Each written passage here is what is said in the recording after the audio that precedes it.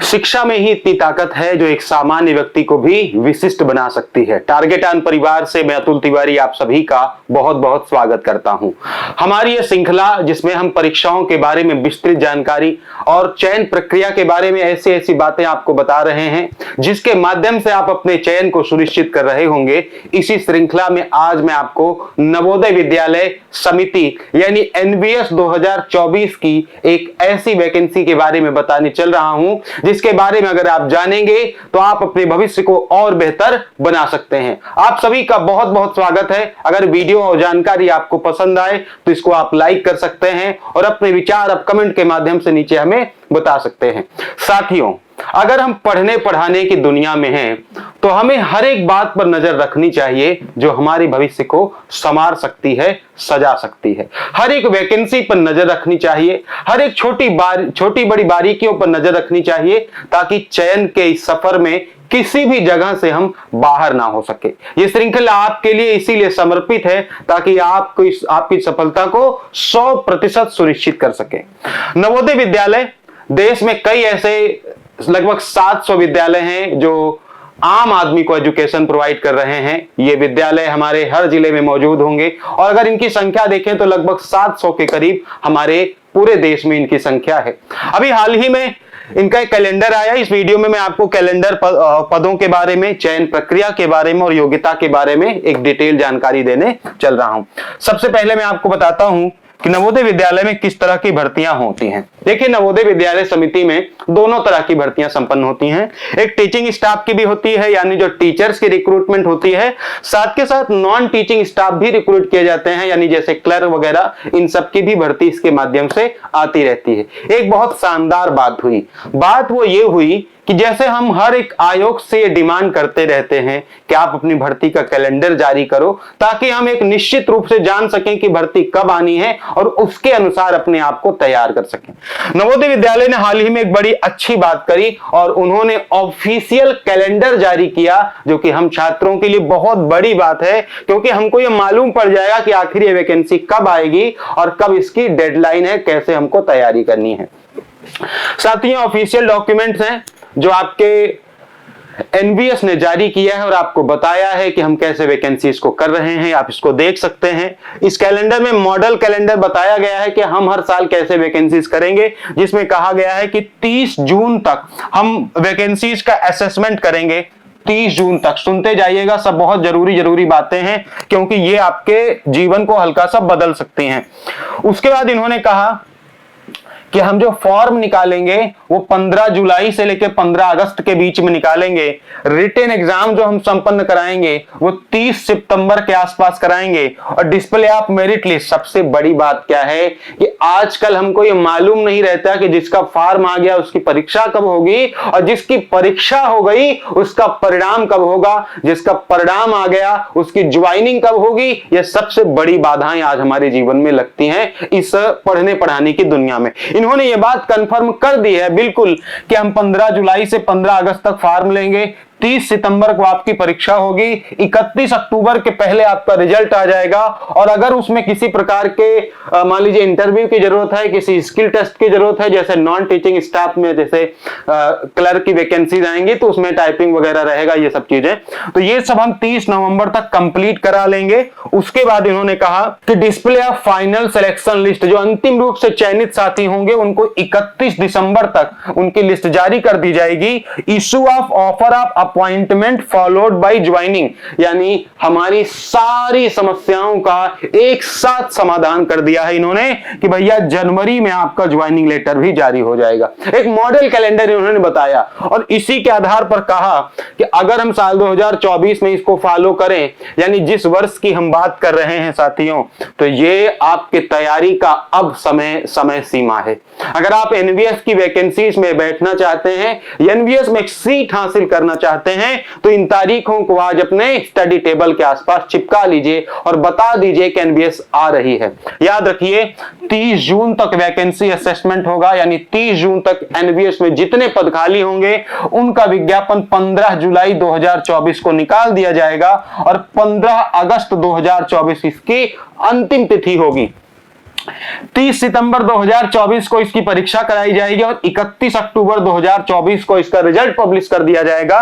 किसी भी प्रकार का डॉक्यूमेंट वेरिफिकेशन, स्किल टेस्ट या इंटरव्यू होगा तो उसको भी 30 नवंबर तक पूरा करा लिया जाएगा और 31 दिसंबर को आप फाइनली आपकी फाइनल लिस्ट आ जाएगी, यानी कि आपका फाइनल रिजल्ट आ जाएगा और जनवरी के महीने में 2025 में आपके हाथों में ज्वाइनिंग लेटर होगा। मुझे नहीं लगता कि भारत देश में कितने ऐसे आयोग हैं जो इस तरह का कैलेंडर बनाते होंगे, कितने ऐसे आयोग हैं जो इस तरह की निश्चितता प्रदान करते हैं कि भाई अगर आपने तैयारी शुरू कर दी तो महज 6 माह में, या जोड़ लीजिए आप 15 जुलाई से लेकर 15 जनवरी तक, महज 6 माह में फॉर्म निकलने से लेकर, परीक्षा होने से लेकर, परिणाम आने से, डॉक्यूमेंट वेरिफिकेशन, स्किल टेस्ट और फाइनल रिजल्ट, ये सब समाप्त हो जाएगा। इसीलिए मैं आपको ये बताने आया हूं कि इस वैकेंसी पर भी आपकी नजर होनी चाहिए। आप जो तैयारी कर रहे हैं, जिसकी तैयारी कर रहे हैं, उसे जारी रखिए, कोई इसमें दिक्कत नहीं है, लेकिन इस पर भी नजर बनाए रखिए कि अगर आप बहुत कम समय में नौकरी चाहते हैं तो इससे बढ़िया बेहतर विकल्प अभी नहीं हो सकता है। जैसे बिहार में चीजें चल रही हैं वैसे यहां भी सारी चीजें पहले से पूर्व निर्धारित रहेंगी और ये आपकी तारीखें रहेंगी। तो 15 जुलाई 2024 याद रखिए नोटिफिकेशन की तारीख, और मैं याद रखूंगा 15 जनवरी 2025 जब आपका नाम फाइनल लिस्ट में आएगा। दोनों तारीखें आपको याद रखनी है। अब मैं आपको बताता हूं कि किस तरह की वैकेंसीज आती हैं, किस तरह के पद आते हैं और उनमें क्या क्या चीजें रहती हैं। देखिए मेनली जो आपका एनवीएस से वैकेंसीज आएंगी वो टीजीटी पीजीटी की आएंगी, यानी एक तो टीचिंग स्टाफ में आती हैं उनकी वैकेंसीज आप देख लेंगे, और नॉन टीचिंग स्टाफ में जैसे जेएसए वगैरह आती है और तमाम इसमें पद आते हैं उसकी भी आप डिटेल देख लेंगे। हम लोग आज टीचिंग स्टाफ की बात करेंगे। तो इसमें 2 प्रकार की मेनली वैकेंसीज के बारे में आपको आज मैं बताऊंगा। उसमें पहले टीजीटी होगी और दूसरी आपकी पीजीटी होगी। तो थोड़ी थोड़ी जानकारी इनकी योग्यता और तमाम चीजों को लेकर बात कर लेते हैं ताकि आपके मन के सारी संदेह दूर हो जाएं। टीजीटी में अगर हम बात करें सबसे पहले कि योग्यता कितनी होगी, तो योग्यता साथियों जो भी जिस विषय से आप टीजीटी देना चाहते हैं उसमें आपका स्नातक होना चाहिए, आप ग्रेजुएट होने चाहिए, आपके पास बीएड की डिग्री होनी चाहिए और आपका सीटेट पेपर 2 पास होना चाहिए। लिख लीजिए आराम से, एनबीएस की टीजीटी देने के लिए आपके पास सीटेट पेपर 2 होना चाहिए। दूसरी इसमें एक बड़ी बात है कि उम्र सीमा केवल 35 वर्ष है, यानी 35 साल से ज्यादा के लोग इसमें अप्लाई नहीं कर सकते। एक बड़ी बात फिर से बता देता हूं, जैसे कि इसमें श्रेणीवार जो छूट है वो तो मिलती ही मिलती है, इसमें महिलाओं के लिए विशेष छूट दी गई है, यानी महिलाओं के लिए इसमें 10 वर्ष की छूट टीजीटी में भी है और 10 वर्ष की छूट पीजीटी में है, दोनों में ही है। ठीक है, तो याद रखना एक और बहुत जरूरी बात है, स्नातक में आपके 50% होने चाहिए। तो टीजीटी में आपको बैठने के लिए संबंधित विषय में स्नातक की डिग्री 50% अंकों के साथ, बीएड की डिग्री साथ के साथ सीटेट का जूनियर लेवल यानी पेपर 2 आपका पास होना चाहिए। ये 3 रिक्वायरमेंट इसकी है और 35 साल से कम आपकी उम्र होनी चाहिए। इसके बाद साथियों टीजीटी में जो सिलेक्शन होते हैं मैं उसके बारे में बता देता हूं कि इसकी चयन प्रक्रिया क्या है और क्या क्या आपसे पूछा जाता है, यहां भी आप देख लीजिए। संबंधित विषय से आपका स्नातक होना चाहिए। देखिए ये जो पेपर होगा टीजीटी में आपके एनवीएस में 150 अंकों का टोटल पेपर होगा, ये आपको स्क्रीन पे दिख रहा होगा, जिसमें आपसे कई सारे पार्ट्स पूछे जाएंगे, जैसे general awareness, reasoning ability, knowledge of ICT यानी कंप्यूटर, टीचिंग एप्टीट्यूड और सब्जेक्ट एंड इट्स पेडागोजी, यानी कि 40 नंबर आपसे यहां से पूछा जाएगा और 80 नंबर साथियों आपके संबंधित विषय से पूछा जाएगा और 30 नंबर आपके भाषा से पूछा जाएगा। तो 8 4 12 और 3 15, यही 150 आपके साथियों प्रश्न पूछे जाएंगे और 150 अंकों के पूछे जाएंगे। 3 घंटे का यहां पर समय मिलेगा। कितना?